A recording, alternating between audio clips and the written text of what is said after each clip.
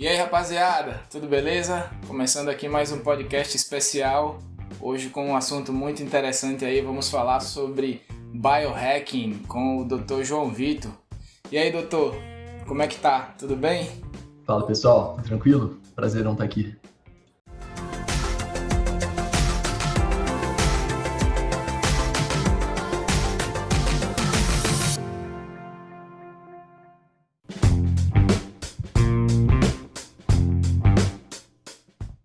E aí, doutor, eu fiquei muito curioso com o seu conteúdo. Eu sou, apesar de não ser adepto de algumas das suas ideias, mas não por não acreditar, e mais por preguiça mesmo. Porque é muito mais fácil, né? A gente vai desenvolver melhor o assunto. Mas pra gente começar, eu queria que você se apresentasse, falasse sobre a sua experiência, né? Eu sei que você fala sobre biohacking de uma maneira geral, para você performar bem de uma maneira geral, mas aí no final, aí, se você tiver alguma experiência com o esporte e já quiser incluir também, vamos embora. Vamos lá. Eu sou o João, eu me formei em medicina e desde a faculdade eu já não estava muito satisfeito com a medicina tradicional. Eu não gostava de ficar só tratando doença, porque eu sabia que no fundo eu não estava tratando nada, sabe? A gente sabe que hoje a medicina ela consegue controlar os sintomas, ela consegue apagar o fogo, mas na prática você não consegue, por exemplo, curar um paciente do diabetes, da hipertensão. Você só vê ele cada vez ficando pior, tendo que usar mais remédio, né? E isso me incomodava muito na faculdade, cara. Eu sabia que aquilo ali era um teatrinho. O paciente vinha, eu carimbava a receita, fingia que aquela receita resolveu o problema dele, ele fingia que acreditava também, mas no fundo a gente não estava indo na raiz do problema, que é o estilo de vida. Então, assim que eu me formei, eu comecei a praticar medicina em posto de saúde, plantão, e começou a me incomodar isso, né? Eu comecei a ver que eu não estava ajudando de fato, eu estava só mascarando um sintoma ali, melhorando um pouco o exame, mas era por causa do remédio, não era por causa da cura mesmo.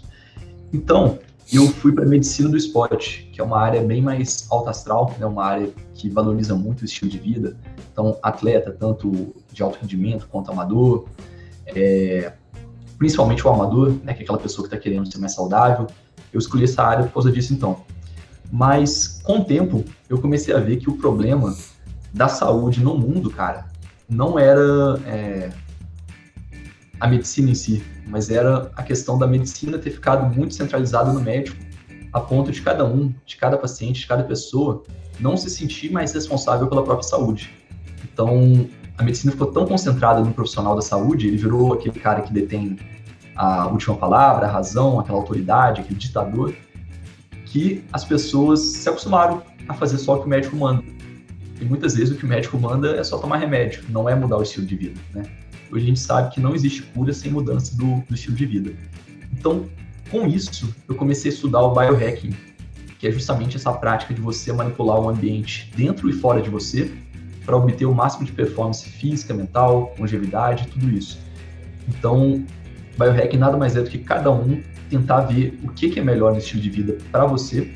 Então, a gente não tem essas regras, tipo assim, corte o glúten, coma carboidrato ou faça low carb. Não, isso daí é uma coisa muito individual. A gente sabe que a individualidade biológica é uma coisa, é um fato, né? A genética de cada um. E o biohacker, ele vai fazendo experiências com o estilo de vida, aos poucos, tirando uma coisa, testando outra, para ver o que melhora a performance, o bem-estar, tudo. Então, hoje, eu, apesar de praticar a medicina ainda, eu estou muito nessa linha de dar poder para o paciente. Eu acho que todos os pacientes, todos os leigos que não são formados em profissões da saúde, eles precisam ter o conhecimento básico de saúde, de estilo de vida, para conseguir evitar que a doença chegue. Então, resumidamente, a minha jornada é essa. Eu saí da medicina tradicional, fui para a medicina do esporte, que é uma área que eu gosto muito também, e agora eu estou com essa pegada mais de biohacking, que é incentivar todo mundo a conhecer mais sobre o próprio corpo, sobre a saúde, justamente para ter mais saúde. Perfeito, perfeito. Muito bem explicado. A primeira vez que eu ouvi falar nesse termo, eu fiquei meio... talvez você conheça, eu não vou falar o nome da pessoa, mas para não ficar chato, né? Até porque tem muita gente que considera o conteúdo dele bem interessante. é um ex-jogador de pôquer profissional, que aí ele começou a ensinar sobre performance. Ele falava que ele chegou num ponto que somente o treinamento do pôquer não era suficiente para ele evoluir. Ele precisava melhorar a concentração, precisava melhorar aspectos fora do pôquer. As técnicas, né, todo o resto ele já estava no nível, segundo ele, obviamente. Quem sou eu para dizer que o contrário, que ele estava no mesmo nível de todos os top players, mas tipo, como superar esses caras? Superar na concentração, no cansaço, e aí ele começou a fazer várias pesquisas. Mas ao contrário de você, ele não tinha nenhum know-how científico, não tinha nenhuma... eu não sei também se isso é tão importante, isso aí você pode falar melhor sobre isso. Mas ele é um jogador de pôquer que começou a testar coisas e ensinar para as pessoas, e aí eu achava isso um pouco perigoso. Você, como profissional médico que passou pela faculdade de medicina, aí já, para mim, já tem uma autoridade maior para falar no assunto. Mas eu não sei se você conhece, você sabe de quem eu estou falando, mas o que você acha disso, dessa parte de que tem alguns gurus aí que começam a dizer, ele falava muito sobre determinadas técnicas para dormir melhor, algumas coisas que ele bebia e tal, misturado. O que você acha desse aspecto do biohacking? Cara, eu acho que é muito importante, porque eu valorizo todo mundo que incentiva as outras pessoas a saberem mais sobre a saúde, né? Então, esse cara aí foi um dos primeiros que começou a falar sobre biohacking no Brasil e fez um trabalho muito, muito legal. Mas é claro, a gente tem muita informação que é muito sutil, né? Então, às vezes você ouve falar de uma fonte, mas se você não vai a fundo ali, você acaba não descobrindo que aquilo era uma coisa que não faz sentido nenhum. Vou dar um exemplo de uma coisa que foi muito comum há uns 2 anos atrás, cara, que era o sal do Himalaia, né? O sal do Himalaia era uma coisa milagrosa e todos os biohackers usavam o sal rosa. E hoje, cara, a gente sabe que o sal do Himalaia ele não é muito diferente de um sal comum. Ele tem mais minerais, né? Mas são traços de minerais, então não faz diferença para suprir a sua demanda de micronutrientes. É claro que ele é mais puro que o sal refinado industrializado, né? Mas não necessariamente você precisa consumir o sal do Himalaia. Pode ser qualquer sal marinho integral, mais puro, que você já está fugindo do sal branco do supermercado e seus conservantes, né? Mas esse foi um exemplo de uma coisa, assim, que alguém falou, nem sei quem, nos Estados Unidos começou, não sei se foi, sei lá, Dr. Mercola, e depois de um tempo todo mundo tava, sal do Himalaia, milagre, e cara, é só um sal, né? Então, de vez em quando acontece essas informações aí meio balela, mas na grande maioria das vezes as informações fazem sentido, cara. E a gente tá na era do conhecimento da internet, então a informação falsa, ela não consegue subsistir por muito tempo se você questionar ela, né? Uma coisa é eu aceitar, por exemplo, que o sal do Himalaia vai fazer bem e ficar usando o resto da minha vida. Mas se eu tiver um pinguinho de dúvida, cara, sobre o sal do Himalaia, né? Até fazendo um trocadilho, se eu tiver um grão de sal, né, que é cara, qualquer dúvida sobre aquilo, eu vou jogar no Google, cara, e eu vou achar pessoas falando a favor, pessoas falando contra, e eu vou tirar a própria conclusão, né? E redes sociais, cara, Instagram, YouTube, os profissionais estão muito acessíveis, né? Então você consegue tirar a segunda opinião pelo inbox ali do Instagram, cara. Eu recebo direto mensagem de uma pessoa, meu médico falou isso, o que você acha? Eu falo, com todo respeito, não sei por que o seu médico chegou nessa conclusão, mas eu discordo. Então, assim, o conhecimento está muito acessível, cara. Então, o conhecimento falso, as fake news, elas só subsistem para quem não quer pensar, para quem só quer tudo mastigado. Agora, para quem é curioso, para quem quer ir a fundo, cara, eu acho que as fake news não sobrevivem por muito tempo. Então, eu acho que é uma época muito boa para ser um biohacker, porque qualquer dúvida que você tenha, você pode pesquisar em 1001 fontes diferentes e chegar na conclusão para ver se aquilo de fato faz sentido ou não. E o que eu vejo é que a maioria das coisas, por mais que pareçam que pareça bobagem, a maioria das coisas você pode testar, a maioria das coisas que eu tive acesso, obviamente, né? que você pode testar e o máximo que vai acontecer é não ter o resultado mágico que você espera, né? Por exemplo, assim que eu comecei a prestar mais atenção, eu comecei a usar o Night Shift, né? Que é aquela tonalidade amarelada nos dispositivos. Eu coloquei em tudo, em computador, em celular, em relógio, em todo canto que eu podia colocar, desligar a luz azul, eu fiz. Só que eu sou programador e também sou designer de interação. Eu trabalho um pouco com design no desenvolvimento de software. E era muito ruim ficar com a luz amarela no meu computador. E eu trabalho à noite também. E aí eu coloquei para ficar com aquele lance a partir do pôr do sol, ele começar a deixar as telas amarelas, né? Mas era impossível para mim. Então o máximo que aconteceu foi, eu fiquei uma semana tentando usar aquilo, não me adaptei e desliguei. Coisas desse tipo. Mas tem coisas mais complexas. Como, por exemplo, você mudar completamente inverter a sua pirâmide de alimentação, né? Que o padrão, né? Se a gente for olhar na população, a base é carboidrato, né? Eu nem lembro mais como é que é. Eu sei que mais de 50% do que a gente come é carboidrato, né? Aí, proteínas e gorduras, é o mínimo, né, de gorduras. E aí, de uma hora para outra, várias pessoas começaram a falar, não, vamos virar essa pirâmide aí de cabeça para baixo. O que você acha dessas mudanças mais drásticas? Elas podem ser feitas? Pode ter algum prejuízo na saúde?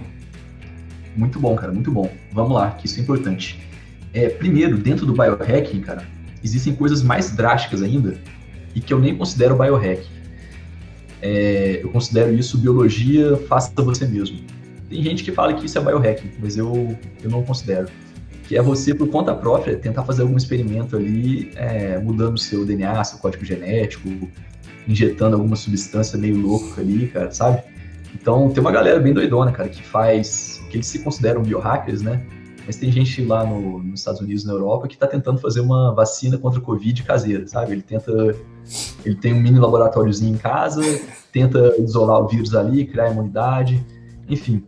Eu acho que isso não é biohacking, cara. Eu acho que isso já é uma coisa um pouco mais avançada e um pouco mais perigosa, né? Porque a ideia do biohacking, cara, é sempre melhorar a performance. E a chance de você piorar a sua performance injetando alguma coisa na sua veia ou tentando fazer uma edição genética, cara, a chance de você errar para pior é muito maior do que a chance de você acertar e conseguir fazer uma mutação ali que vai te deixar, sei lá, um super-humano, né? Então, eu acho que a gente tem que tomar esse cuidado. Agora, falando de coisas mais simples, cara, a gente tem que tomar mais cuidado, apesar de ser mais tranquilo, né? Então, tudo que envolve, por exemplo, mudar a alimentação, é interessante você estudar bastante antes de fazer e, de preferência, buscar a orientação de algum profissional.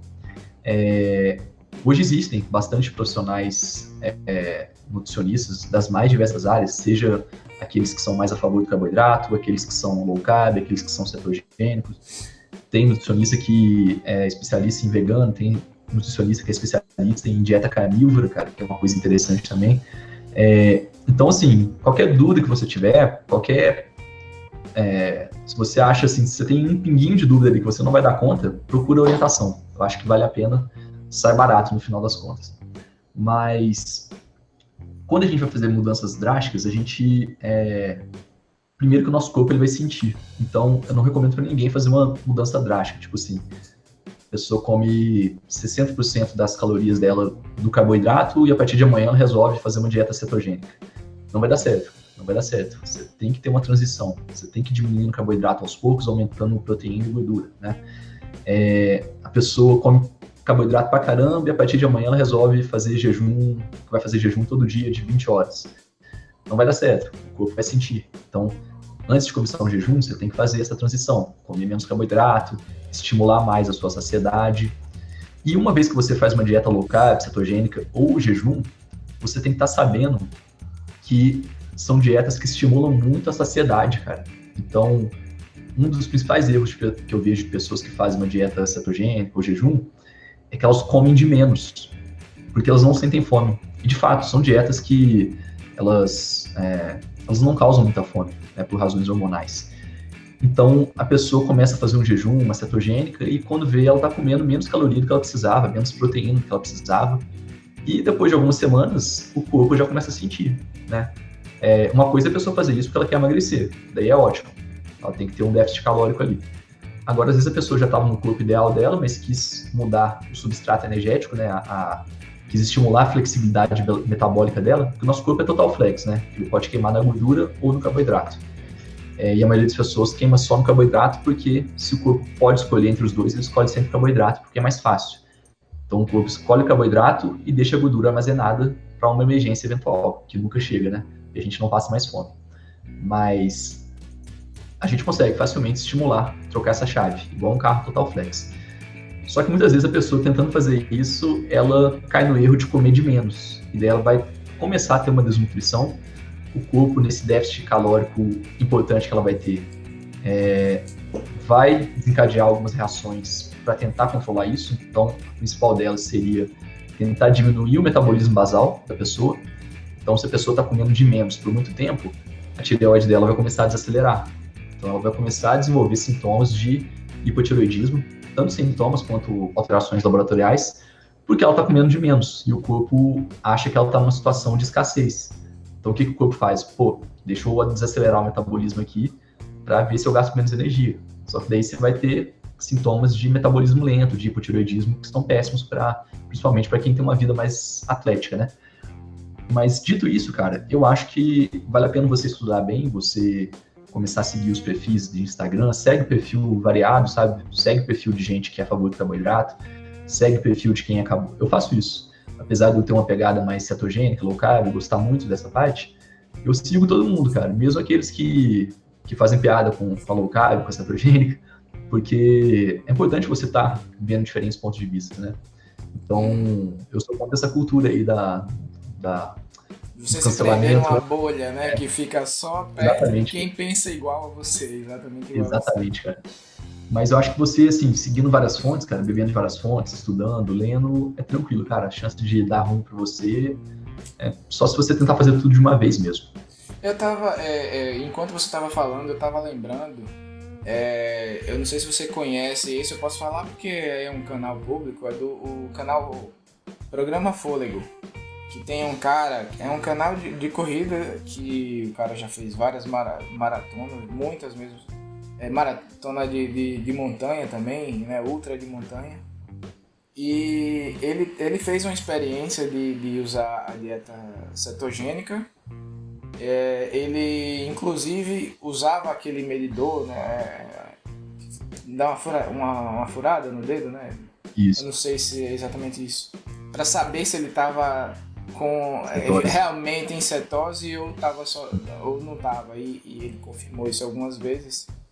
E quando ele foi testar em uma maratona, ele não chegou nem perto do rendimento que ele esperava, porque logo nas primeiras corridas, teoricamente nas corridas mais curtas, ele percebeu que não tinha muito prejuízo, mas nas corridas mais longas terminou percebendo isso.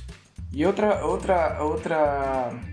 pessoa, uma amiga minha, falou, ela fez eu até anotei aqui por quanto tempo que ela fez. Eu acho que foram 16 dias que ela fez, 15 dias, ela até falou que 16 por 8, eu não sei se seria o 16 horas de jejum, e aí ela disse que sentiu muita dificuldade de obter energia. Seria por causa disso que você falou, que como essa dieta ela te dá menos fome, o seu consumo energético foi inferior ao que era necessário? Será que pode ter sido isso? Vamos lá. Cara, tem muitas possibilidades de coisas que deram ruim, sabe? Sim.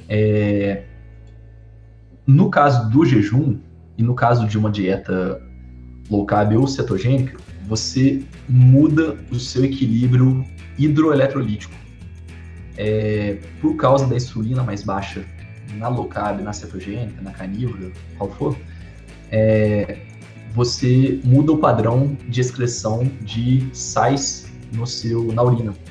Então, o corpo, ele pede mais sal, ele pede mais eletrólitos. Por causa disso, você tem que repor esses eletrólitos. Isso é um erro que a maioria das pessoas comete. Então, muita gente fala que começa a fazer low carb, começa a fazer cetogênica, e começa a sentir dor de cabeça, começa a sentir um mal-estar. Isso tem até um nome, a gente chama de gripe low carb ou gripe cetogênica, mas isso facilmente é resolvido. E claro, como você está excretando mais sal na urina, você está naturalmente excretando mais água também, porque o sal puxa água, ele retém água ali no glomérulo e no tubo do rim e excreta. Então, esse é um erro muito comum de quem começa na low carb, na cetogênica. A pessoa fica no estado de desidratação crônica. Não é aquela desidratação grave, mas a pessoa fica, digamos, subidratada. Ela não está desidratada, mas está subidratada. E daí, por causa disso, ela vai ter uma dorzinha de cabeça, ela vai ter um mal-estar, ela vai ter uma queda na performance atlética, ela não vai conseguir correr, bater os tempos que ela fazia antes. Então, essa é uma das possibilidades. Outra possibilidade é isso que eu falei, de estar comendo de menos, né? Não estar comendo proteína o suficiente. Às vezes a pessoa que faz uma low carb foca muito na gordura, né? Às vezes até adiciona manteiga, óleo de coco na dieta, mas comete o erro de estar comendo pouca proteína. E a gente precisa de muita proteína também, né? A gente precisa de proteína para manter todo o nosso equilíbrio hormonal, neurotransmissores, tudo isso vem de aminoácido. Então, esse é um outro erro que é relativamente comum. Mas o principal, para quem está iniciando nessa dieta, né, que no mundo do endurance é muito polêmica, mas que está crescendo bastante, eu vou trazer alguns exemplos aqui para você, o foco é beber muita água. Então, cara, se você bebe 2 litros por dia, sobe para 4, né? E repor o eletrólito, sal. Esse eletrólito sal você pode repor ou numa bebida que você mesmo faz, que chama Gatorade, é meio que um trocadilho com Gatorade, né? O Gatorade é água com alguns sais ali que você mesmo manipula. Geralmente são aqueles sais de sachê, sabe? Que você toma quando você tá com diarreia, desidratado, geralmente é aquilo. Ou então, muitas vezes, se você não for um atleta de alto rendimento, se você está fazendo jejum só para emagrecer, ou uma low carb só porque você quer fazer, se você tomar umas pedrinhas de sal grosso sempre que você beber um copo d'água, já é o suficiente. Não vai ser excesso de sódio, mas já consegue driblar esse sal que você está perdendo em excesso pela urina. Desculpa agora a minha pergunta, que pode parecer bem ignorante. Pessoas com problema de pressão, tem contraindicação, pressão alta? Cara, vamos lá. A pressão alta, comprovadamente, no jejum, ela vai se regularizar. Regularizar não, né? A pressão tende a diminuir no jejum. Por uma série de motivos, desde um maior relaxamento que a pessoa vai ter, então ela vai ter uma menor ativação do sistema nervoso simpático. O sistema nervoso simpático é o que deixa a pessoa tensa, é o que deixa os vasos mais constrictos. Então, a partir do momento que os vasos dela, os capilares, as artérias vão ficar mais relaxadas, mais complacentes, a pressão tende a se normalizar.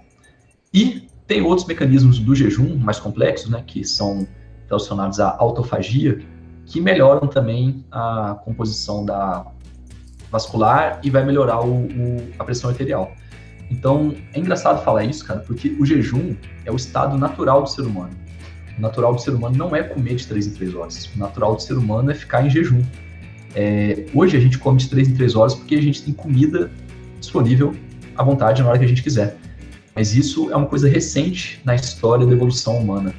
Isso aconteceu de 10 mil anos para cá, 8 mil anos para cá, que foi quando o homem começou a plantar e estocar alimento. Antes disso, o ser humano tinha que sair para caçar ou para colher e era uma loteria. Poderia acontecer dele voltar para casa de mão vazia, né? Voltar para a caverna de mão vazia. E, cara, ele tinha que ficar em jejum até o dia seguinte. E no dia seguinte ele tinha que estar forte, com muita energia para conseguir garantir a caça, né? Então, o jejum é o natural da espécie humana. Esse negócio de comer com frequência, cara, ter comida disponível o tempo todo é uma coisa que tem 10, 8 mil anos só na história humana, né? Dentro de 1 milhão de anos de evolução, isso é pouco. E essa questão de comer de 3 em 3 horas, ela é mais recente ainda, cara. Ela surgiu tem uns 120, 150 anos, por uma questão puramente industrial. A indústria de snacks não existia, né? Antigamente não existia, os nossos tataravós não tinham snack, né? Ele comia a refeição, café da manhã, almoço. A partir do momento que surgiu essa indústria de snacks, cara, começaram a falar que você tem que comer 7 vezes por dia, de 3 em 3 horas, e fazer café da manhã, lanche no meio da manhã, e almoço, e enfim. Fazer uma ressalva, né, cara, porque a gente, provavelmente, sua audiências tem muito atleta. Para atleta, isso pode até ser válido, sabe? Comer com muita frequência. Por quê?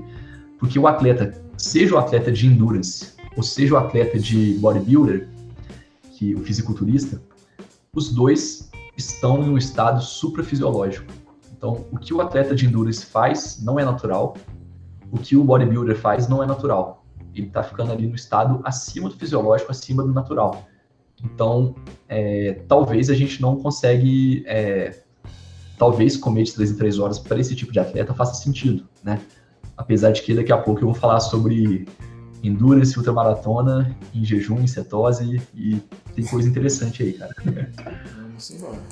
Pois é, eu sempre achei interessante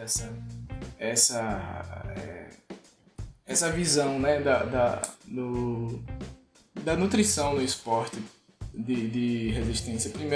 A primeira vez que eu pensei que não fazia muito sentido a gente ficar tão dependente do carboidrato foi quando eu me deparei em algum lugar que eu não lembro agora, uma conta muito básica sobre quanto de energia o carboidrato gera e quanto de energia a gordura gera e o tanto de disponibilidade que a gente tem de um e de outro, mesmo sendo um cara, por exemplo, hoje eu tô gordo, né? Hoje eu tô com 80 quilos e devo estar com uns 18% de gordura. Mas em perto de prova eu fico com 73, 74 quilos, com aproximadamente 10% de gordura. Então seria os 7 quilos, quase 8 quilos de gordura. Ainda é um estoque muito grande de energia, né? Aí, cara, vamos lá. Como é que é essa relação? Porque aí a gente já pode até emendar com o muro, né? Porque tem muito a ver uma coisa com a outra. Como é que é essa relação da geração de energia? E uma coisa que você falou no começo, você falou que a gente é total flex. É uma coisa que eu sempre eu sempre percebo. A partir do momento que eu faço um esforço excessivo, ali eu não consigo...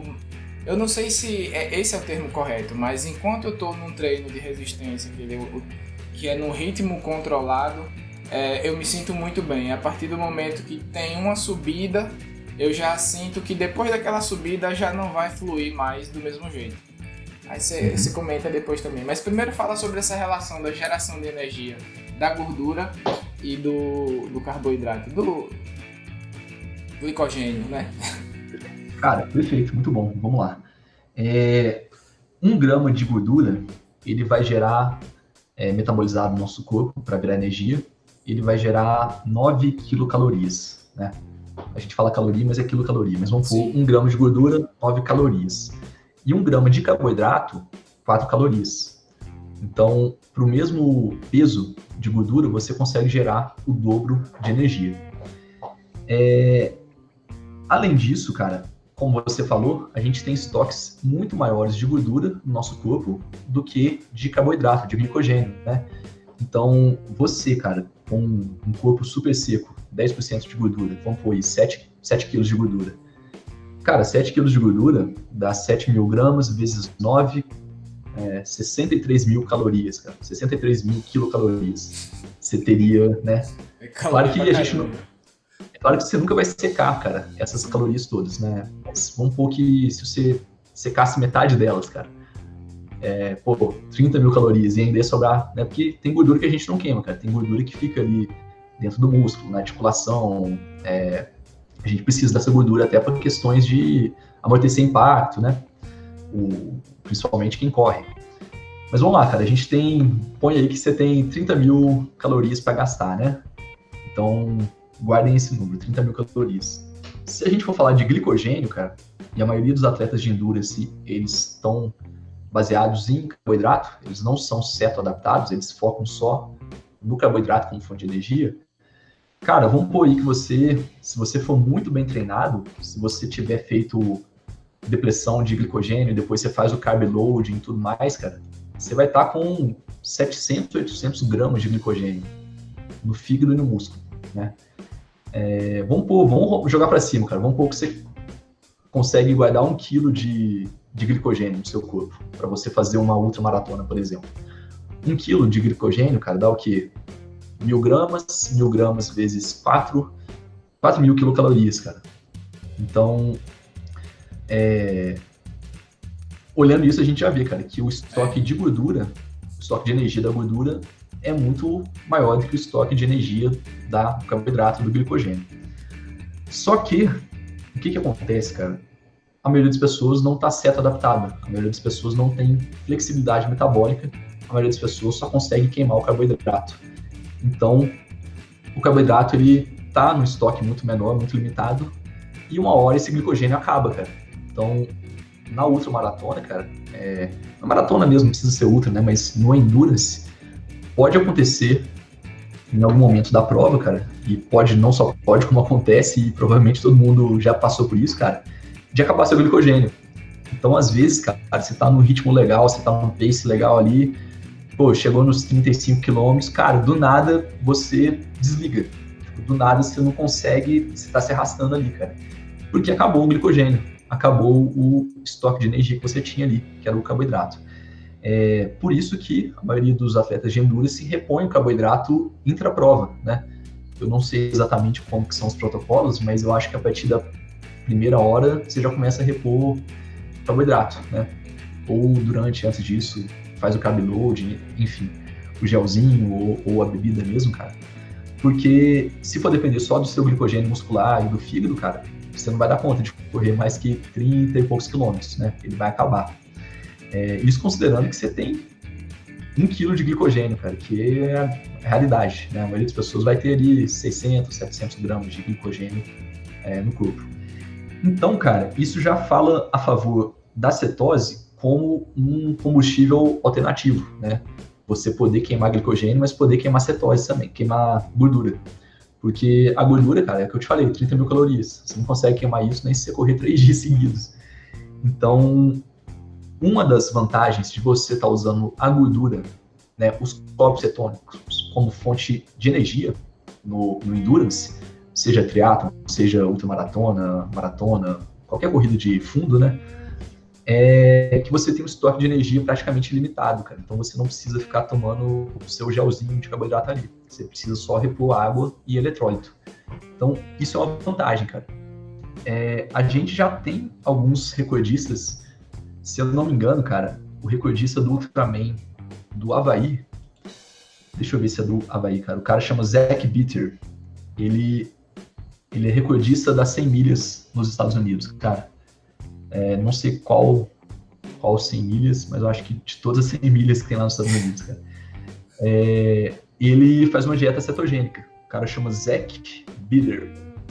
E aqui, cara, ele fez 100 milhas, né, que dá 160 quilômetros, em 11 horas e 40 minutos, cara. É uma máquina. E, em parte, cara, ele atribui o rendimento dele ao fato dele não ter que ficar o tempo todo se preocupando em ficar repondo carboidrato. Ele abaixa a cabeça e vai. Ele sabe que ele tem gordura o suficiente ali. Porque ele tá em cetose, né? Então, isso é interessante, cara. E tem um cara brasileiro, velho, ele chama Alessandro Medeiros. Ele não fez apenas cetogênico, ele fez a carnívora, que é uma dieta que só come produto de origem animal. Não come fruta, não come pão, não come carboidrato, nada, cara. É só, basicamente, carne e ovo. E ele fez ele já era atleta de endurance, né, ultramaratonista, e começou a fazer essa dieta carnívora e um pouco tempo depois, sei lá, 1 ou 2 meses depois, isso tudo com acompanhamento, né, foi o Henrique Altran que acompanhou ele nesse objetivo, ele foi e correu 100 milhas lá nas Florida Ski, cara, e correu bem, cara, ele não é uma pessoa, ele não é moleque, não é rapaz jovem assim, não, e mandou bem, cara, correu 160 quilômetros totalmente em cetose e comendo só carne, né? E se eu não me engano, quando ele começou a prova, cara, ele já estava em jejum de, sei lá, pelo menos umas 20 horas, se eu não me engano. Depois eu tenho que olhar.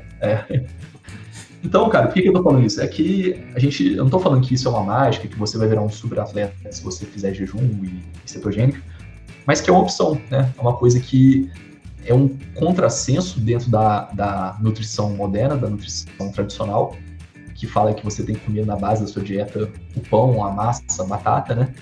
Mas que, se a gente for pensar do ponto de vista evolutivo, cara, se a gente for pensar no homem das cavernas, era o que ele fazia. É uma coisa que faz todo sentido. Show de bola. Agora me diz uma coisa. Eu vi já alguns nutricionistas que usam uma estratégia que cortam carboidrato um tempo antes e aí faz o carbo load em alguns dias antes da prova. Isso aí não adianta, ou adianta? Adianta sim. Se eu estiver jogando aí você numa fogueira, você me avisa, viu? Não, isso, o carb loading, ele adianta sim, sabe? O que as pesquisas mostraram? As pesquisas mostraram que quando a pessoa depleta totalmente o glicogênio e depois repõe muito carboidrato de uma vez, o glicogênio volta para um nível mais alto que ele estava. Então, vamos supor que eu tinha, sei lá, 400 é pouco, 600 gramas de glicogênio no meu corpo, fígado e músculo. Daí eu depleto ele, seja no exercício, seja sem ficar sem carboidrato. Fico com zero glicogênio e depois como carboidrato pra caramba. E daí eu consigo subir de 600 para 800. Então, o carb loading, ele aumenta o glicogênio no seu músculo. Mas, cara, você concorda que ele continua limitado? Continua, né? Continua com o limite muro. Ali. Exatamente, cara. Você tinha ali 600 gramas de glicogênio e agora você tem 800. Ou seja, você aumentou, você vai conseguir ficar mais tempo, mas pode ser que não é o suficiente, cara. Pode ser que é aquilo. Se acabar, acabou, cara. Se acabou, você bate no muro mesmo. Legal. Ô João, aí me diz uma coisa, eu acho que isso já deixa bem claro como é que é o tal do muro, porque é simplesmente porque você está só adaptado a tirar energia do glicogênio, acabou o glicogênio, a sensação é exatamente essa, que você bateu no muro, porque não é nem que dói, né? Eu já fiz 2 provas de 70.3, Ironman 70.3, né? Que eu, na corrida, eu tive essa quebrada mesmo, e é muito no momento no momento parecido, no primeiro terço da meia maratona da corrida, ou seja, eu já tinha nadado 1.900 metros, como a minha navegação na natação em águas abertas não é boa, eu sempre passo de 2.000, então vamos botar aí 2.000 metros de natação, 90 quilômetros de bike, né, de ciclismo, numa média de 33, 34 quilômetros por hora, e daí o que? 2 horas e 40, mais ou menos. 2 horas e 40, mais 38 minutos, passa pouca coisa de 3 horas. Quando vai chegando perto de 4 horas de prova, aí foi nas 2 vezes. E eu cometi o mesmo erro as 2 vezes.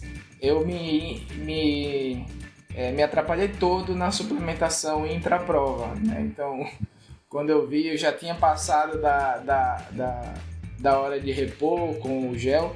E aí, a gente percebe como a gente fica realmente dependendo dessa reposição. E aí você tem muito mais preocupações. Você, além de correr e fazer o percurso da prova, você caraca, 45 minutos, eu preciso tomar o gel agora, senão vai dar ruim. E aí isso leva, às vezes eu penso que leva até um problema também, uma preocupação, né? É mais psicológico também, que caraca, você tem que tomar por 45, aí esqueceu, tá lá, 50 minutos, puxa, passei 5 minutos, vou quebrar. Aí a cabeça já não funciona muito bem. O muro é exatamente isso, então. Acabou o glicogênio e o meu corpo não está adaptado utilizar a energia da gordura para manter naquele ritmo. Porque tipo, caminhando, ou caminhando, pedalando devagarzinho, o cara consegue. Ele não consegue manter o ritmo. O muro é isso. Exatamente. Quando você tá caminhando, pedalando devagar, cara, você pode ficar 10 horas. Que você vai estar conseguindo queimar a gordura devagarzinho ali, sabe? Agora, quando você aumenta o ritmo, cara, daí você tem que ter um certo condicionamento. Existem 2 tipos de muro, sabe? Então, o primeiro é esse que você falou, é quando acabou o glicogênio, e é aquilo, uma vez que você lembrou, cara, se você deixou passar a hora do gel, do carboidrato, não adianta tomar na hora que o muro bate, cara, porque até aquele carboidrato chegar no seu músculo, pô, já foi 1 hora, né? Então, você tem que tomar ele 1 hora antes dele acabar, no mínimo, né? Então, é o que você falou, tem que ter essa periodização ali dentro da prova. E, cara, ultramaratona, endurance, é muito psicológico, né? É muito você contra você mesmo. Então, quanto menos preocupação você tiver, cara, nesse ponto, quanto mais focado você conseguir ficar em andar para frente só e não ficar pensando em outras coisas, cara, melhor, né? Então, se você conseguir fazer uma prova sem ter que suplementar o carboidrato, né? Ficar repondo só líquido e eletrólito mesmo, melhor. Mas a gente tem 2 tipos de muro, cara. O muro mais famoso é esse que acaba o glicogênio. Esse é o mais comum, é o mais frequente. Mas existe outro tipo de muro. Na maioria das vezes a pessoa, quando chega nesse muro, ela não percebe que ela chegou. Na verdade, ela percebe que ela chegou, ela bate no muro, mas ela acha que é falta de carboidrato. Muitas vezes não é falta de carboidrato. E é uma coisa que o pessoal não dá muita importância, cara, que é o muro cerebral central, cara. O nosso cérebro, se ele ficar muito fadigado, cara, se você tiver com muito metabólito na sua corrente sanguínea, porque, cara, ultra endurance, você está degradando muita proteína ali. Então, você está gerando muito amônia, né, nesse metabolismo. E uma hora, cara, essa amônia que é na sua corrente sanguínea vai para o cérebro. E se você fica com muito amônia no cérebro, o seu cérebro desliga, cara. Então, vamos falar que o muro do glicogênio, o seu músculo desliga, mas o muro central, cara, o seu cérebro desliga. Então, dá uma falência ali de neurotransmissor, dá uma neurotoxicidade. E um caso super famoso disso, cara, é daquela maratonista suíça da Olimpíadas de Los Angeles, de 1984. Eu acho que sempre, né, aparece na televisão, cara, a mulher quase morrendo ali, mas fazendo questão de continuar, cara, e ela não conseguia andar em linha reta, ou seja, o cérebro dela já tinha desligado, cara, ela tava praticamente um zumbi ali. Por quê? Porque ela teve esse bonk, esse muro cerebral, cara. E daí faltava neurotransmissor, tinha amônia no cérebro, tudo isso é um problema, cara. E é engraçado, cara, porque geralmente quando passa na televisão a história dessa maratonista, né, ela chama Gabriela Anderson. Cara, todo mundo bate palma, fala, ó, que exemplo de perseverança, que exemplo de força de vontade, é o espírito esportivo, o espírito olímpico. Cara, você não pode bater palma pra uma coisa dessas, porque isso é gravíssimo, cara. Pra ela ter uma parada cardíaca ali, ou pra ela entrar em coma, cara, na frente de milhões de pessoas, foi por muito pouco, sabe?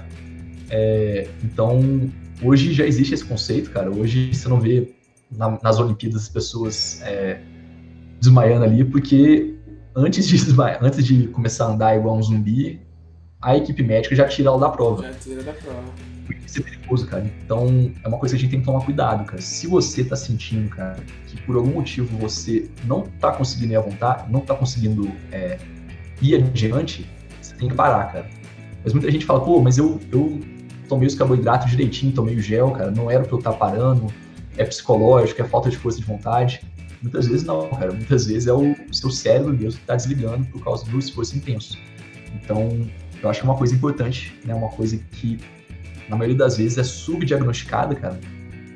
Toda prova de ultra tem gente tomando soro, né? Você vai lá na barraca, na tenda médica, vai ter gente no soro, cara. E muitas dessas pessoas estão lá achando que estão porque acabou o carboidrato, bateu no muro. Mas muitas vezes não, cara. Muitas vezes é esse muro central, cara. É o cérebro que desligou mesmo por causa do esforço intenso. Muito louco. Eu vi ano passado, Não sei se você já ouviu falar no Ultraman Brasil, que é uma prova que acontece em Ubatuba e Angra dos Reis. É uma prova de triatlon, né, que algumas pessoas dizem que é multiesporte por não ser as três modalidades seguidas, né? No primeiro dia você nada 10 km e pedala 150, no segundo dia você pedala 271 km e no terceiro dia você corre 84. São 3 dias de prova, né? Eu considero prova de triatlon. Botou nadar, pedalar e correr, para mim é triatlon, mesmo que seja em dias separados. Aí, no final, um médico, eu esqueci o nome dele agora, mas depois eu posso até te falar, que foi ele terminou entre os 5 primeiros, né? Que é uma prova de superação, não é? Lógico que tem 3, 4 ali que estão indo para tempo, para vencer a prova. Mas a grande maioria das pessoas é um desafio pessoal aquilo ali. E ele falando que a marca Ironman, ela cometeu um desserviço muito grande. Não sei se foram eles que começaram com essa história de desistir não é uma opção, sabe? Porque triatleta, principalmente de distâncias maiores, né, quando passa da distância clássica das Olimpíadas, né, que já vai para o meio Ironman, sempre tem aquela conversa, né, desistir não é uma opção, né, eu sou foda mesmo, né, vamos falar abertamente. E aí, cara, esse médico, que eu esqueci o nome dele agora, ele falando, cara, às vezes, por mais perto que você esteja, você continuar pode ser muito ruim para sua saúde. Né?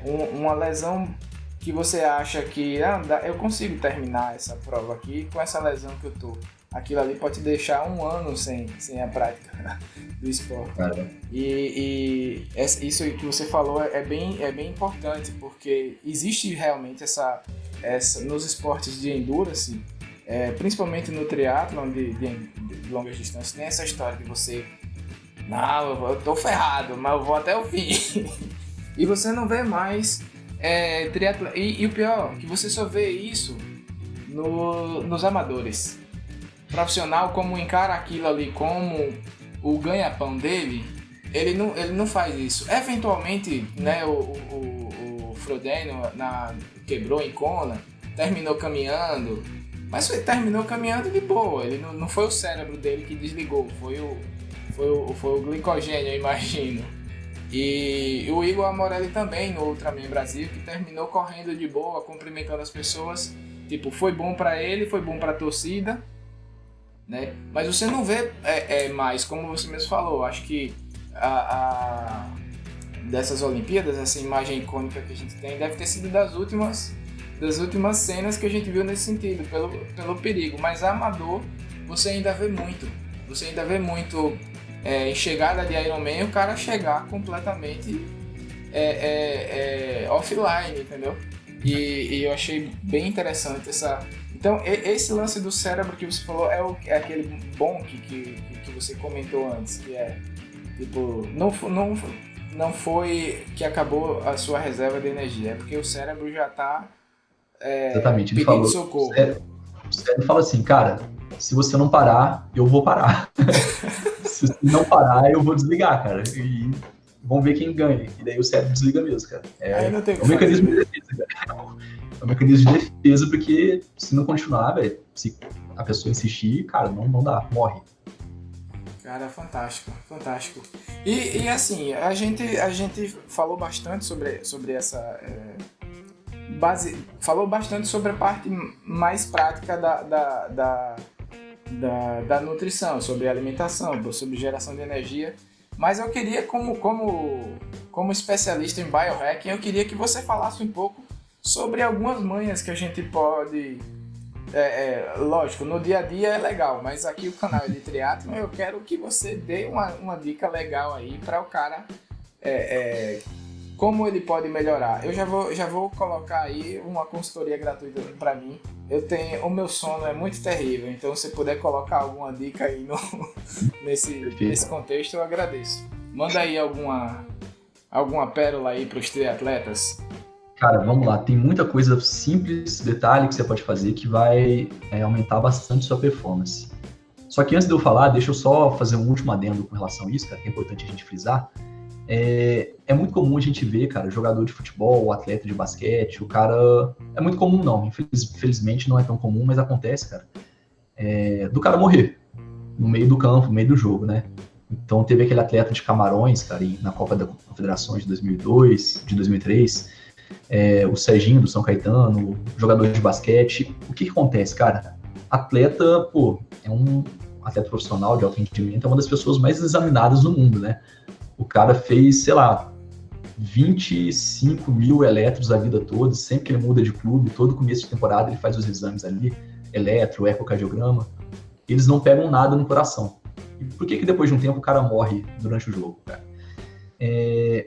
Porque às vezes a pessoa tem uma alteração ali cardíaca muito, muito, muito sutil, que não representa um risco, mas que num estado extremo aquilo vira um risco. Foi justamente o caso desse atleta de Camarões, cara, que eu não lembro o nome dele, na Copa das Confederações de 2003, no jogo Camarões e Colômbia, se eu não me engano. Ele... Eu não sei se você lembra, cara, mas Camarões estava fazendo uma campanha épica naquela Copa das Confederações. Eles, inclusive, ganharam do Brasil, né? Foi uma coisa bem legal, assim. E eu acho que esse cara morreu na semifinal, cara. Então, parece que uns 2 dias antes da semifinal, ele teve uma diarreia brava. Diarreia, tipo assim, cagou muito, cara. E diarreia, cara, você perde muito líquido, você perde muito eletrólito. Você perde muita água, muito sal. E isso é importante para a sua performance atlética, cara. E o departamento médico falou, pô, você não vai jogar, cara. Você não vai jogar e você tá mal. E o cara fez questão, cara. Falou, não, essa campanha aqui tá sendo histórica para Camarões, a gente tá na semifinal, a gente ganhou do Brasil, a gente vai ganhar essa Copa, eu quero jogar, eu faço questão, insistiu e jogou, cara. Então o cara foi pro jogo num estado de desidratação, ou subidratação. Ele estava tendo uma diarreia, então ele tinha perdido muito sal, muita água, ele não tinha reposto tudo, cara. Então, para ele, aquilo foi uma situação extrema. Então, um detalhe bobo, cara, um detalhe assim de um pouquinho desidratado que ele estava, fez com que aquele problema cardíaco que ele tinha, que nunca seria uma ameaça, virasse um grande problema. E isso acontece muito com o atleta amador também, cara. Às vezes o cara vai no cardiologista, o coração dele tá ótimo, nunca teve nada, mas às vezes ele tem ali um pequeno probleminha no coração, cara, uma pequena hipertrofia, um pequeno distúrbio na condutividade cardíaca, cara, que ele nunca vai sentir, mas que numa situação extrema de desidratação, de Ironman, aquilo vai fazer diferença, cara. Daí o cara pode ter uma parada cardíaca no meio da prova. Então, fica só essa dica aí, né?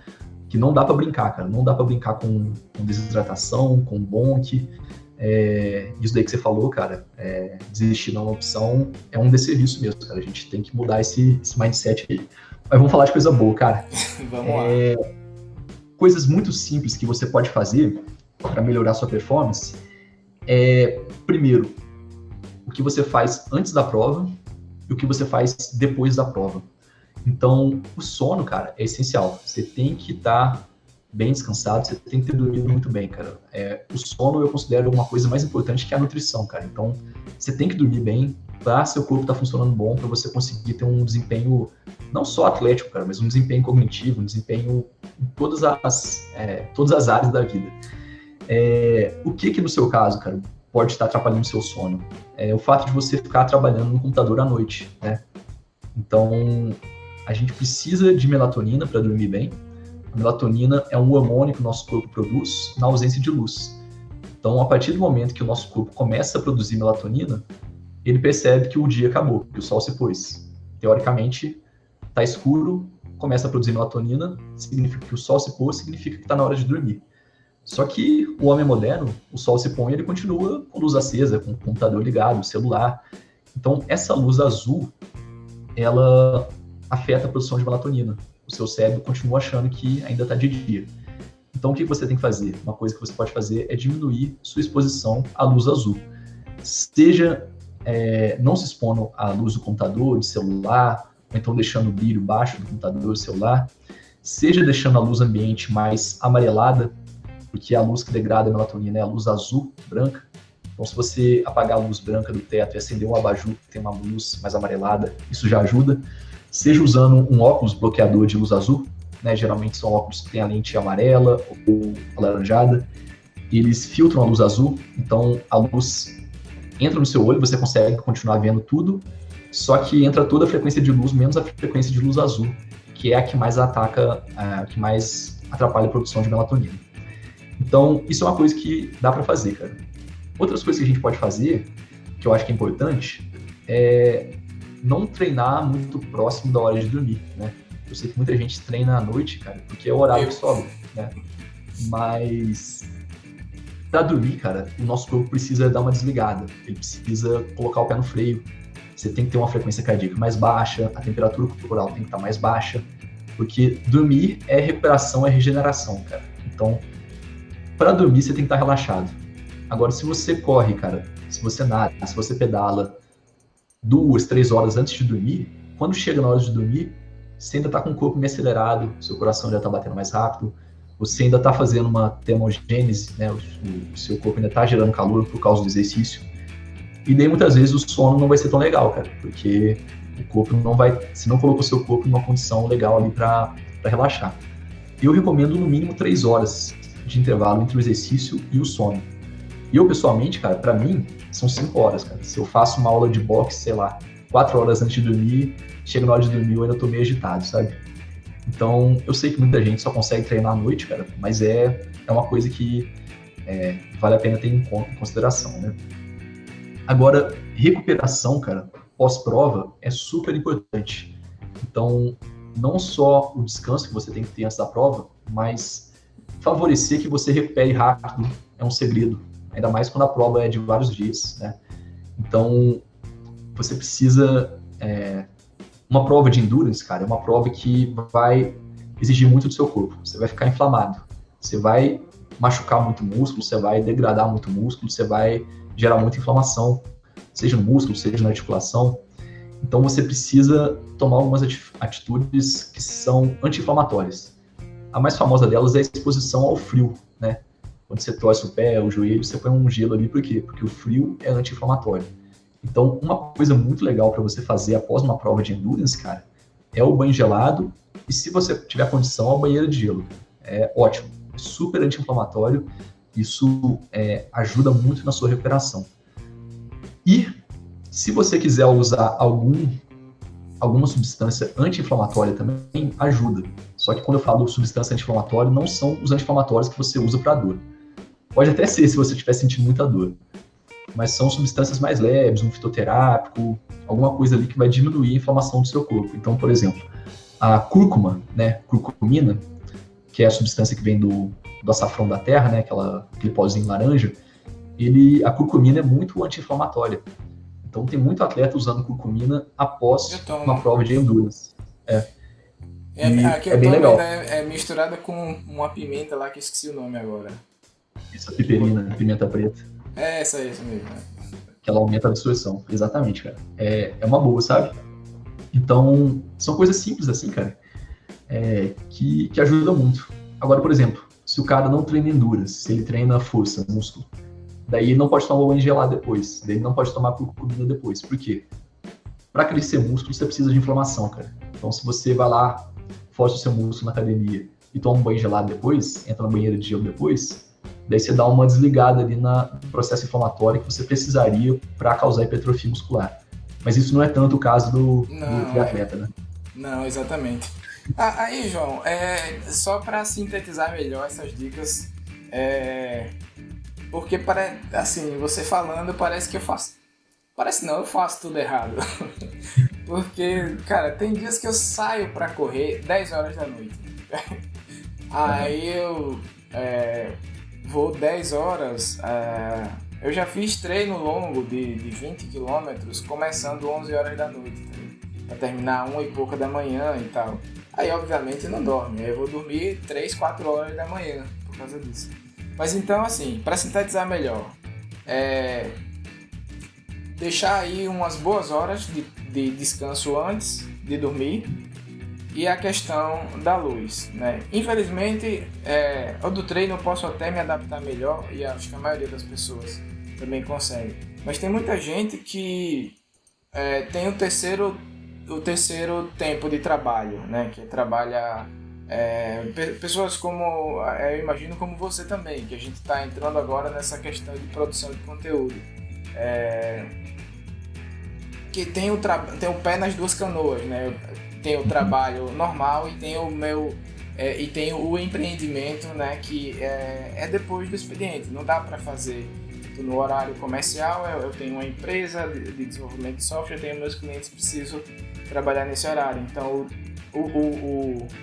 tem o trabalho depois do trabalho.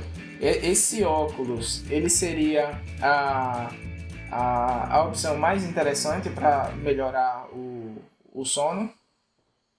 Com certeza. Esse óculos, ele só tem um problema, que é justamente isso, né? Você falou que a gente que mexe com YouTube, Instagram, de vez em quando a gente precisa editar a imagem, né? E com esse óculos tudo fica amarelo. Então você perde um pouco a noção das cores. Então, às vezes você tem que tirar o óculos um pouquinho para ver se a cor tá ali do jeito que você quer mesmo. Mas fora isso, cara, esse óculos é uma ótima opção para quem mexe no computador à noite, precisa ficar no celular à noite, ou até vendo televisão, cara. Eu recomendo para todo mundo. Tipo, se você tá de bobeira em casa depois de 7, 8 da noite, cara, já tá com luz acesa, coloca esse óculos e fica. Porque vai ajudar bastante no seu sono depois. Show de bola, já vou procurar. E a outra questão é sobre a quantidade de horas de sono. Isso não é muito... Não existe uma regra, né? Isso varia de pessoa para pessoa, porque eu não sei se isso pode ser comprovado, mas quando eu durmo 6 horas, eu acordo legal. E normalmente eu durmo menos de 6 horas. No dia que eu durmo 6 horas é um dia bom. Mas o mais importante é a qualidade. É você terminar, você se desligar antes para conseguir dormir melhor, né? A quantidade de horas não é o principal. Olha, é os dois, sabe? Entendi. Realmente, se a gente for focar numa coisa, é muito melhor focar na qualidade do que na quantidade, né? Tem gente que dorme 9, 10 horas e dorme sem qualidade, ronca, o cara acorda moído, cansado. E igual você falou, tem gente que dorme 6 horas e meia e dormiu bem, cara, acorda descansado. Então, o importante é a gente focar na qualidade do sono, mas nunca dormir menos do que 6 horas e meia, né? Porque tirando 2% da população, cara, que tem uma genética de dormir pouco mesmo, os caras dormem pouco e fica tranquilo, a maioria das pessoas precisa de no mínimo 6 horas e meia, 7, por aí, sabe? A gente pode até acostumar a dormir menos, mas isso tem seu preço. Então tem gente que acostumou a dormir 5 horas por noite e leva, mas a sua performance não vai ser tão boa quanto seria se você dormisse 6 e meia, 7, sabe? Dito isso, cara, a gente tem que focar em ter sono profundo. Então, muitas pessoas, igual você falou, às vezes se você dormir 6 horas, você acorda mais cansado do que se você tivesse dormido 8, por exemplo. Porque se você garantir que essas 6 horas, cara, vão ser muito boas, você vai ter tempo de sono profundo o suficiente, cara, é bem melhor do que você dormir 10 horas com um sono leve, sabe? Então, a gente tem que focar um pouco nos dois. Não pode dormir de menos, mas a gente tem que pensar em qualidade de sono, né? E daí, quando a gente fala de qualidade, é isso que eu falei, é melatonina, é não beber muita água antes de dormir para não ficar acordando, né? O sono picado é péssimo para a qualidade. Então, não se expõe à luz, não faz exercício, não acorda durante a noite, não fica com sono picado. Roncar, cara, é uma coisa péssima. A pessoa que ronca ou tem algum grau de apneia, ela não entra em sono profundo, entra muito pouco, então ela não consegue reparar, ela não consegue regenerar, né? Pô, o cara que bebe sabe disso, cara. Quando você bebe, sua musculatura relaxa, você fica com uma maior propensão ao ronco, né?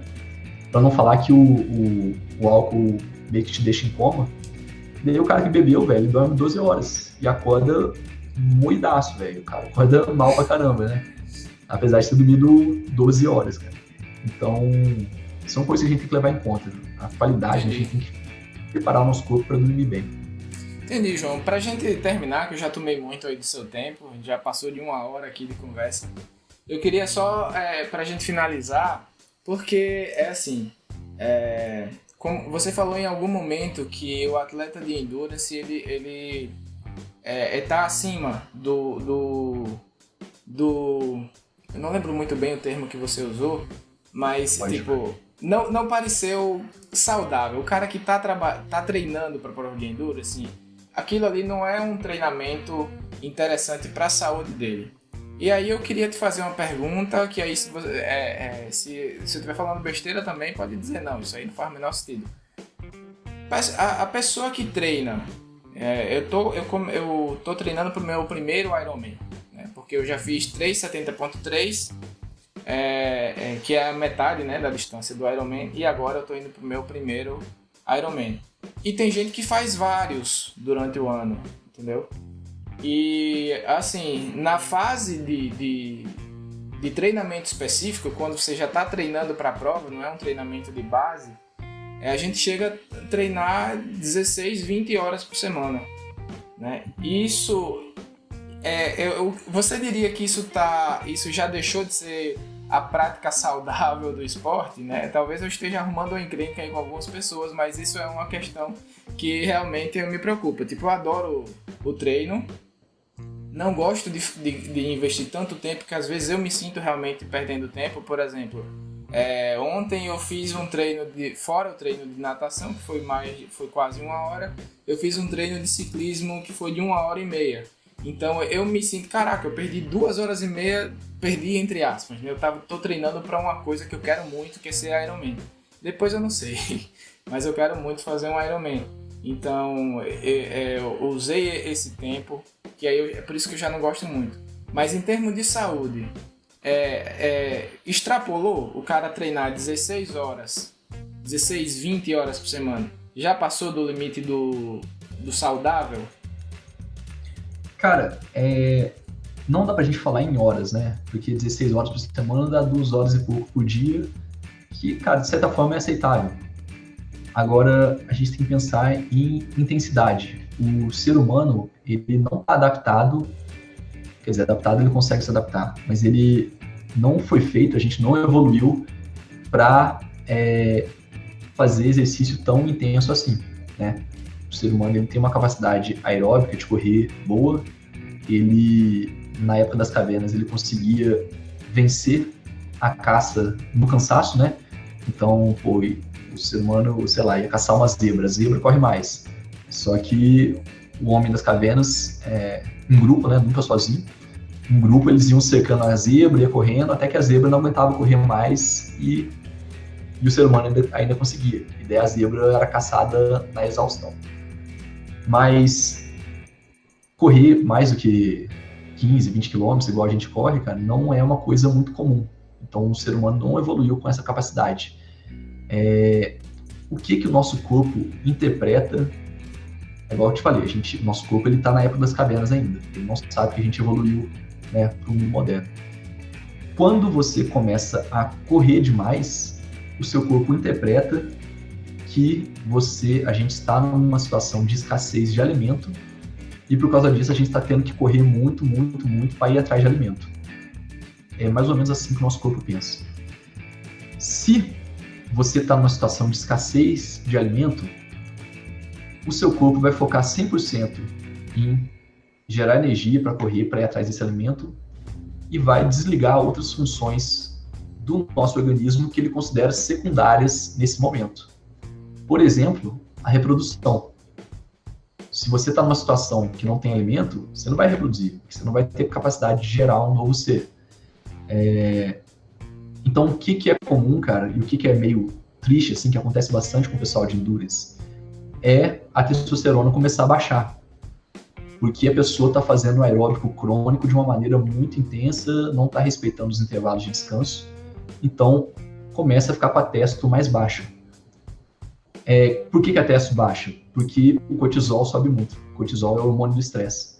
Então, como você está correndo muito, o seu corpo interpreta que você está numa situação de estresse, ele interpreta que você não precisa de testosterona agora, deixa isso para depois, então o cortisol e a testosterona, os dois começam a ser produzidos ali na glândula adrenal, então essa glândula adrenal começa a deixar o recurso todo para produzir cortisol e não produz o DHEA, que vai dar origem à testosterona, por exemplo. E daí, cara, o atleta de endurance corre o risco de entrar numa bola de neve, que é treinar pra caramba, ficar com a testosterona baixa e o cortisol alto. O que cortisol alto significa? Significa estresse maior, significa sono ruim. E daí vira um ciclo de problema, porque o cara fica com testosterona baixa, o estresse alto, ele não consegue dormir. Daí por não conseguir dormir, cara, a testosterona cai ainda mais. Como o cortisol tá alto, ele vai tender a catabolizar mais. Então, o cara de endurance já não tem muito músculo, né? Já não é um cara que tem massa magra proeminente. Com testosterona, ela vai ficar menor. Com o catabolismo do cortisol, ela vai ficar menor ainda. Então, a gente entra num ciclo vicioso, cara. A gente pode chamar isso de overtraining, que é treinar demais, né? Mas dentro do endurance, ainda mais por causa dessa questão do aeróbico crônico sem o descanso adequado. E na mulher, cara, isso é pior ainda, porque no homem, beleza, a testosterona fica baixa, que o hormônio sexual do homem predominante é a testosterona, daí o cara pode ter falta de libido, cansaço, depressão. Agora, na mulher, quando a gente fala de desequilíbrio de hormônio sexual, a gente está falando não só de testosterona, mas de estrógenos também. E o estrógeno baixo na mulher causa a síndrome da mulher atleta, que é a mulher que entra em amenorreia, ou seja, ela para de menstruar, ela começa a desenvolver uma anorexia e ela tende a desenvolver uma osteoporose, cara, por causa dessa questão hormonal. Então, é relativamente comum, cara, você ver mulher jovem, com menos de 30 anos, que tem fratura espontânea do fêmur fazendo atividade física. Cara, se chega uma paciente para mim no hospital, jovem, tava correndo, sentiu um estalo e foi ver o fêmur quebrou, espontâneo, cara, não foi pancada, não foi nada, pode saber que ela tá num overtraining, pode saber que ela tá com a síndrome da mulher atleta. Então, se você é mulher, se você parou de menstruar, isso já é um sinal de alerta. Se você parou de menstruar, tá emagrecendo, não tá sentindo muita fome, pode saber que você tá num overtraining, você tá numa síndrome da mulher atleta. Então, para tudo que você tá fazendo, descansa, vai numa ginecologista e não insiste não, vai no recovery. Porque isso é muito comum. Esse excesso de aeróbico, esse overtraining, ele vai causar um desequilíbrio nos hormônios sexuais, tanto do homem quanto da mulher. Agora, dito isso, né, é por isso que eu falo que eu sou contra o endurance, esse aeróbico intenso, né, sem descanso. Mas por isso que eu falei que o endurance é super fisiológico. Agora, se você tomar algumas medidas para compensar essa super demanda, daí a gente já fica um pouco mais seguro, né? Então, se você faz um descanso adequado, se você está comendo bem, se você está fazendo os exames de sangue para ver se os seus hormônios estão legais, daí eu acho que é tranquilo, cara. Só que isso daí tem que ser feito com acompanhamento. Então, tanto o cara que quer fazer fisiculturismo, quer ficar com uma massa muscular acima do normal, quanto o cara que quer fazer um esforço físico aeróbico acima do normal, que é o endurance, em determinado momento você vai precisar de um acompanhamento de nutricionista, personal, treinador, coach, médico, para você... Porque, cara, a chance de você desviar e entrar numa dessas situações em algum momento não é questão de se vai acontecer, é questão de quando. Quando, né? É isso aí, doutor. Muito obrigado. Foi bastante interessante a nossa conversa. Esclarecedor também. Espero que as pessoas entendam, né? Que a gente não... Que o triatleta, ele é meio apaixonado, né? Quando começa alguém a falar, isso aí pode... Não, eu tô saudável, eu treino pra caramba, não sei o que, tô magro. Mas a gente tem que entender que tudo tem limite, né? E cada ser humano é individual. Não adianta, mas fulano não treina não sei quantas mil horas, nunca teve nada. Não, fulano é fulano, você é você. A gente tem que entender isso aí. No mais... Vale a pena só um adicional aqui, né, cara, que o atleta amador muitas vezes se compara com o atleta que vive de endurance, né? Não é, então, cara. O atleta amador, cara, você tem que pôr na sua cabeça que você é amador, cara. Você trabalha 8 horas por dia, você treina ali quando dá tempo, você tem filho pra cuidar, você tem tudo. Diferente de um cara, velho, que tem fisioterapeuta particular, o cara tem uma banheira de gelo na casa dele, o cara tem nutricionista particular, o cara tem coach, psicólogo. Então, a vida do cara gira em torno daquilo. Então, você não pode... Você, cara, que trabalha 8 horas por dia, tem que cuidar de filho, tem preocupação de emprego, tudo, você não pode querer se forçar para ficar igual o cara que tem uma equipe em volta dele, né? Só isso sabendo. Não, e hoje em dia, né, o boom das redes sociais, eu não sei se foi eu que inventei esse termo, mas eu comecei a usar um tempo atrás, que são os amadores profissionais. Que o cara não vive daquilo, né? Aquilo não é o trabalho dele, ser atleta, mas influenciar outras pessoas a se tornarem atleta e consumirem determinadas marcas do esporte, é a profissão dele. Então também não dá para comparar. O cara não é um atleta profissional, mas ele tem uma estrutura de um profissional, né? Tudo, aquelas botas pneumáticas, né? Tem a câmera hiperbárica, às vezes o cara dorme ali e tal, não sei o que. E o cara, mas fulano é amador. Isso não é bem assim, não é tão amador. Mas, pra gente finalizar, doutor, eu queria que você deixasse aí um recado pro público, né, triatleta, para conhecer o seu trabalho, né? Eu acho muito interessante o seu Instagram. E para te conhecer melhor, deixa aí um recado. Vamos lá, eu tô no Instagram, né, que é dr.joão.vitor. Respondo inbox, então qualquer dúvida que você tiver, manda inbox, ou então deixa um comentário na foto que eu respondo todo mundo. E tô no YouTube também, que é Biohacker Dr. João Vitor. Então, tô nesses dois canais aí. Tem um grupo de Telegram também, mas isso você consegue, entra no meu Instagram, tem o link lá da bio. Tem os links. E aí lá você consegue, tem todas as redes sociais lá. Show de bola. Valeu, doutor.